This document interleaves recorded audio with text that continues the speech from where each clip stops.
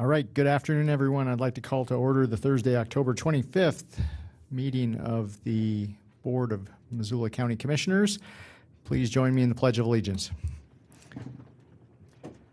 I pledge allegiance to the flag of the United States of America and to the republic for which it stands, one nation, under God, indivisible, with liberty and justice for all. Okay, are there any staff or commissioner announcements at this time? I would just note that folks may have noticed that the Doughboy statue on the courthouse lawn is now kind of enshrouded in plastic. So it's just part of the final part of the project that we are having it all cleaned and polished and waxed to be ready for Veterans Day. So it should be unveiled by then. Yes. And there will be a special rededication by veterans on that day. Yeah, that will be very exciting. Okay, so today we have two agenda items that we will be having public hearings on, but if there's anything that anyone in the audience, media or otherwise, who would like to comment on at this time, now is your opportunity to come up to the mic and comment on that. Seeing none, just a reminder, if folks are going to be commenting, please state your name for the record. Also, if you haven't done so already, sign in the back. Signing in serves the purpose of figuring out how to spell your name when we're compiling the transcript for the meeting, so that's super helpful. And silence your cell phone if you have one. Okay, our current claims list. This would be claims received as of October 4th, 2018 to October 16, 2018 by the Commissioner's Office. Totals $1,269,505.88. We have two public hearings today, and I'll go ahead and open the first one. This will be introduced by Commissioner Rowley. It's a resolution establishing and supporting the Criminal Justice Coordinating Committee. Thank you. And just for clerical purposes, we are calling it a Criminal Justice Coordinating Council instead of committee. The C can stand for three things: commission, committee, or council, and it's used differently across the nation. So we decided to use the word council in ours. And I did talk about this yesterday when we unveiled the receipt of the MacArthur Foundation grant. This is a discussion we began having before we knew we were going to receive that money. The fact that there is a lot going on at the city, county, and state level in the criminal justice system, and people have done a really great job within their departments and within their jurisdictions, but really to take things to the next level, we all really need to get out of our silos and work cross-jurisdictionally. And so what the Criminal Justice Coordinating Council does is pulls together a lot of elected and appointed officials from all those levels of government, and then ultimately as well brings in community stakeholders and partners in the community who are doing a lot of the work in the criminal justice system as well, to have a more holistic and collaborative representation of the system in decision making and strategizing for moving forward to make improvements to the system. It was very fortuitous that we had started putting together this group. And then after the first meeting of kind of pulling together people to see if there was interest in doing this, we had the invitation to apply for the MacArthur Foundation money. And so we waited for the second meeting until we knew if we had the money or not, because I think with the $700,000 from MacArthur, that will outline at least a big portion of the work plan of what this group will be overseeing for the next 2 years. Again, but independent of that money, this group had agreed that it was important to come together and move forward in a cohesive fashion. And how we kind of decided to put it together was there is a National Institute of Corrections publication called Forming a CJCC, and so I just read that and have been following their checklists of how to put this together with obviously a large group of people along the way. So what we hope to accomplish with this, and I'll just kind of read off of the resolution, I didn't really prepare anything, but to best meet the goal of improving social justice and protect the safety of citizens and improve the system, it is necessary that all the various allied entities coordinate their efforts and work together to evaluate and identify programs and services that will improve the system. It provides a forum for the community and also draws upon expertise from all the people involved in the system, which is very different. You can imagine on different issues, the prosecutors and the public defenders have very different and very important perspectives. Facilitate systemic changes, work collaboratively to enhance services, improve social justice, strengthen public safety, maximize available resources, and recommend strategies that will reduce crime and increase the public's confidence in the criminal justice system. So this is a council that will serve as an independent council, and the members will elect their chair, and it will not, though, usurp any authority from independent elected officials such as the county attorneys, the commissioners, the sheriff. We will still be independently in charge of our own departments, but this is more of a collaborative, overarching group under this independent council. And so I would ask and recommend that the commission supports the establishment of this coordinating council today. From that, we would move forward and ask the city to pass a similar resolution of support since they're very involved in this, and move forward with drafting bylaws for the group to be approved.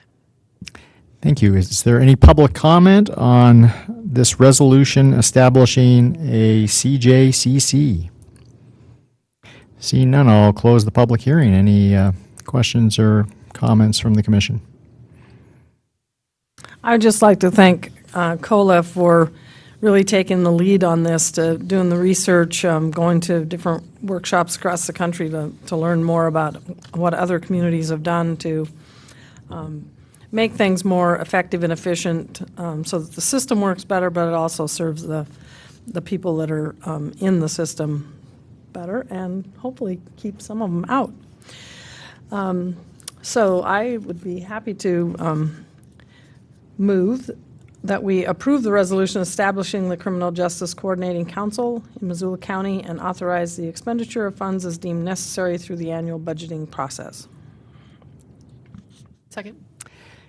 And just to echo Commissioner Curtis's comments, thanks, Cola. This is really fantastic work, and it's nice to see us move beyond just planning, and we are, I think, implementing something here, and particularly when coupled with the John T. and Catherine T. MacArthur Foundation grant, to really see the fruits of our labor, I think, and to be able to track outcomes, I think, will be immensely important to really moving us forward in addressing criminal justice issues in our community. So I'll gladly support this. Is there any further discussion?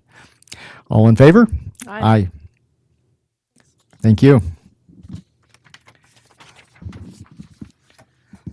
Okay, our second public hearing, which I'll open, is an ordinance prohibiting the carrying of firearms in Missoula County-owned buildings, schools, and certain areas of public assembly. And we will begin with a staff report from Matt Jennings with the Attorney's Office. Thank you, Commissioner Strohmeyer. Vicki Zier couldn't be here today and asked me to speak as a replacement for her. I helped draft some of the revisions to this ordinance and appreciate the opportunity to give you an update about what we're trying to do here. This is a housekeeping measure. It's something meant only to update an ordinance that's been on the books in Missoula County since 1995. There are a variety of state laws that put some restrictions on where firearms are allowed and where they aren't. For instance, there's state laws that restrict firearms being carried into schools. There's some restrictions on concealed weapons being carried into areas where there's offices for local governments. And then state law also allows cities and counties to pass other minor restrictions on where firearms are allowed. So since 1995, Missoula County has had an ordinance that had some restrictions on where firearms were permitted. The problem is, in recent years, as we started looking over that ordinance, there were some problems with not being consistent with the current state of Montana law, and also providing a building list that is outdated to the current ownership in Missoula County. So for instance, the 1995 ordinance prohibited firearms on county-owned grounds. So for instance, lawns and parking lots owned by Missoula County, and that's actually something that's not allowed under state statute. So that's something that needs to be clarified. The ordinance also prohibited explosives, which clearly nobody wants in public buildings, but it's not something that the county can regulate through an ordinance. That's already illegal under state statute. And then, as I mentioned, it provided a list of buildings. It had about 10 specific buildings that were owned by the county in 1995, and that building list, if you look at it, is just very inaccurate and outdated to the ownership in 2018. There also were some buildings that were left off the list, which leads me to the 3 reasons that we started relooking at this ordinance. One, we were contacted in 2016 by the Missoula County Elections Office asking about the status of carrying firearms into polling places. And we did a little bit of research in the county attorney's office and also contacted the Secretary of State's office. The issue at that time is there were several public demonstrations involving firearms at polling places in other areas of the country. I don't want to represent to you that this has been an issue here, but the elections office was trying to understand if they had an event like that, how they would respond. Now, a lot of the polling places are located in schools, and there's already some prohibitions on carrying firearms into schools, but several of our polling locations are not in schools. For instance, the fairgrounds. Right now, under the current ordinance and state law, you can carry a weapon into the polling location at the fairgrounds, but you couldn't into a polling location, say, at a school. The elections office wanted to find some sort of consistency so they could train their election judges, and then also if there was ever an event, if law enforcement had to respond, they knew what they could expect. Churches are also on that list. Fire districts sometimes act as polling locations. So one of the things the elections office wanted to do is just make sure that there were clear parameters around where firearms were allowed and where they weren't on election day. One day, well, I guess usually several days each year, depending on school elections and other elections going on. The other department that we were contacted by was the library. There was at least one open carry situation at the library during regular business hours in the last year. I don't know all the specifics of that, but the question at that time was, what do we do? And I said, well, it's a little unclear. Somebody may be violating other offenses, especially if they're being threatening with a firearm, but just carrying a firearm open or concealed through the library is not something that's prohibited under the current ordinance. And the library just wanted a few more tools to be able to address those issues before they arose, especially, when children are present and other events are going on at the library. And then we were also contacted by the fairgrounds wanting a little bit more clarity in where firearms were allowed there. And again, I think that was partly related to the election center being located at the fairgrounds and wanting to understand those rules a little bit better. So we started drafting some amendments to this ordinance. And like I said, it's really a housekeeping measure.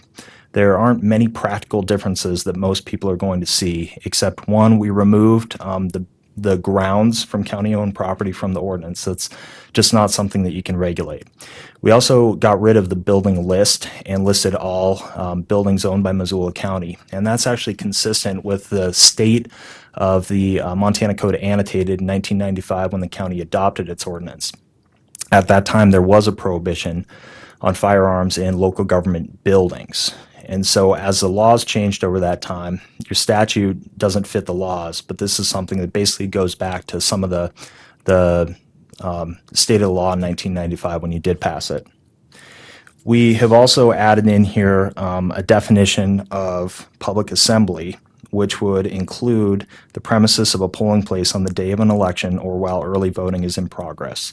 And that's meant to address a situation where firearms are being brought into a polling place and make sure that that's just an area where already electioneering is not allowed. It's not a public forum where people are supposed to be engaging in vigorous debate. It's an area that's supposed to be basically quiet and reserved for a single isolated purpose. And so that's an area where this ordinance brings some consistency to enforcement if indeed that ever needs to occur. Essentially, those are the changes. Schools are also included here, but again, that's something that can already be enforced under state law. What this does is make sure that we have basically an umbrella ordinance that can account for some of those circumstances. So if law enforcement needs to respond, or if county employees or office buildings need to assess whether firearms are allowed in space or not, this is just much more clear than the current state in our existing ordinance. I'd be happy to take any questions. Okay, thank you. This is a public hearing. Is there any public comment on this proposed ordinance? Seeing none, I will close the public hearing. Questions from the commission? Or a motion?